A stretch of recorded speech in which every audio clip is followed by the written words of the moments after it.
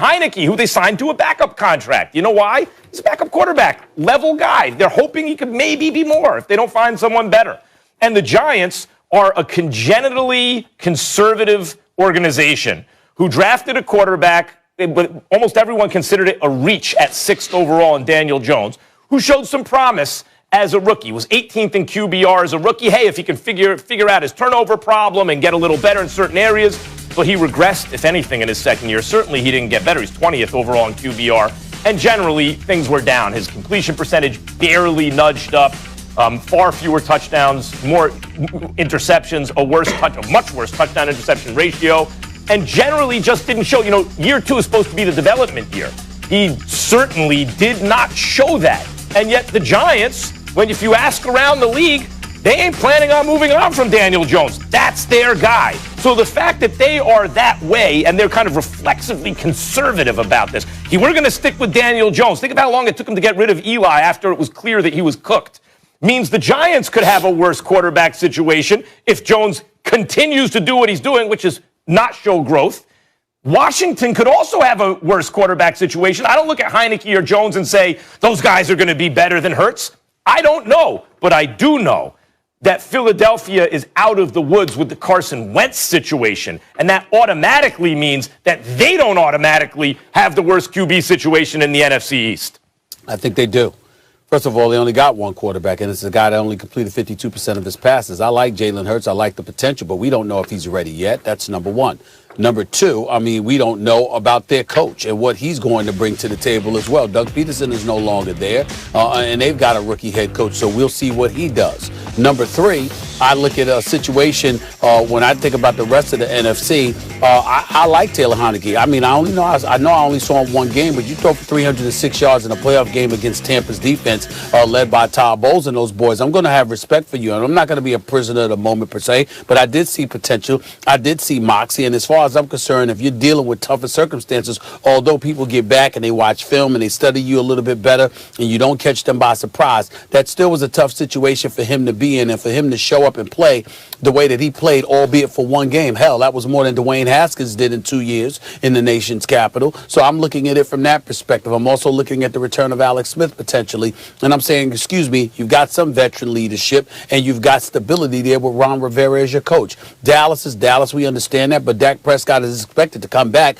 And Andy Dalton was a starter in the NFL for years in Cincinnati before he ended up in Dallas. So that's not a god-awful situation if they fix some of the parts around them. You look at the New York Giants with Daniel Jones, not impressed. I get all of that. But Saquon Barkley wasn't there. You know, what receivers did you have? And even though we were looking at Joe Judge, we saw a lot of promise. We saw a level of stability. We saw them improving each and every single game. We saw him suffering through some injuries, so there was some inconsistency here. He was in and he was out, etc.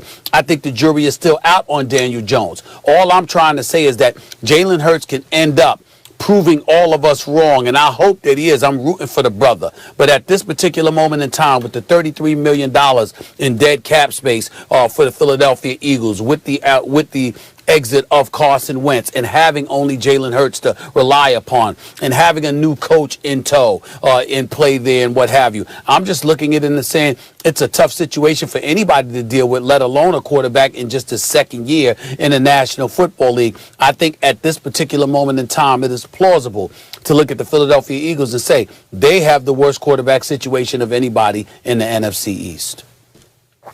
No, they do not.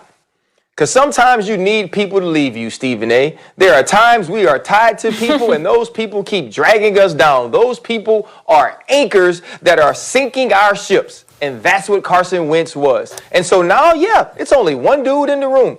It's a better dude than they had before Carson Wentz left. And now you do have an opportunity, if you're Sirianni, to say, okay, I'm going to evaluate Jalen Hurts, who I believe is a good NFL starter. I don't think he's a great NFL starter, but I believe he's a good NFL starter. I believe he is better than Taylor Heineke. I believe that he is better than Daniel Jones. And so if you have that situation, you say we can go out and add some veteran backup leadership in this locker room and add a veteran to the quarterback room. And if we look in the draft and say Trey Lance falls to us and we just absolutely love him, or Justin Fields and we just absolutely love him, then you take him. If not, you take a player at 6 that makes this team better and you move forward with Jalen Hurts. You're speaking about Taylor Heineke and what he did against the Tampa Bay Buccaneers in one game before there was film on him. It was impressive, right? He played hard. There was moxie. But think about the first 2.5 games for Jalen Hurts. That was playing the New Orleans Saints, who had an excellent defense. You go to Arizona and you go toe-to-toe with Kyler Murray. And for the first half of the Dallas Cowboy games, he played extremely well. And so I think right now the Philadelphia Eagles are in a better position from just their quarterback room, from the guy they have right now that's going to start, than 2 of the other teams in the division. Obviously, if Dak Prescott's the starting quarterback of the Dallas Cowboys, they are in the best position. But for the Philadelphia Eagles to be rid of Carson Wentz, to not have that particular quarterback controversy or that particular quarterback competition, that puts the Philadelphia Eagles in a better place as far as the locker room is concerned. And I believe that Jalen Hurts is a good enough starter to put you ahead of the Washington football team and the New York Giants. Well, I want to be very, very clear. I'm not saying that Carson Wentz's exit is a bad thing for the Philadelphia Eagles. I'm not saying they're worse off. I'm just saying, to answer the question directly, if you compare the Eagles situation to everybody else within the division, I think at this particular moment in time, the Eagles still have the worst situation. We'll see whether or not I'm wrong as the season, once next season rolls around. Look, Jalen Hurts did things, let's not forget, and it's not just catching teams unawares. He did things like, what was it? He had the game with 300 passing yards, like 60-something rushing yards, 3 touchdowns, no interceptions. Just remember how the offense looked when he took over. Even when they weren't winning because it wasn't a good team, the offense looked so much better when he was under center versus Carson Wentz. And it was the same offensive line. It was the same thing. Well, because he was moving around. Carson Wentz can move around. No, Jalen Hurts is willing to run the coach's offense. Jalen Hurts, if you look at him in between, Jalen Hurts makes a mistake, he's not out there sulking or pouting. He's looking to get better. He's a promising young player. We don't know what he is, but if you want to take him and Daniel Jones, who has a much longer track record in the NFL, that suggests maybe there's limited upside there, and he's a bottom third type starting quarterback right now. And Heineke, I don't think you can say the Eagles are worse off. And to really take it further, Stephen A., the Giants aren't looking at quarterback. That's the problem. The Eagles have Hurts, but they're still looking. So there's an active chance to get better. Whereas the Giants are sitting back saying, this is our dude. Yeah. Well, and the other piece is this. When you talk about Jalen Hurts compared to Carson Wentz, if we're going to, kind of end this and see who Jalen Hurts was, they averaged 5.73 yards a play with Hurts, 4.7 with Carson Wentz. Now, if you take that equivalent, that's about the New Orleans Saints offense compared to the New York Jets offense, with the difference in quarterbacks. That's the difference that Jalen Hurts made at quarterback for the Philadelphia Eagles last year, who we knew were beat up on the offensive line, had injuries in the backfield, and also weren't great at the skill position. The dude is a good NFL starter, so you at least have that as a starting point as you're looking to add to the quarterback room. Mm-hmm.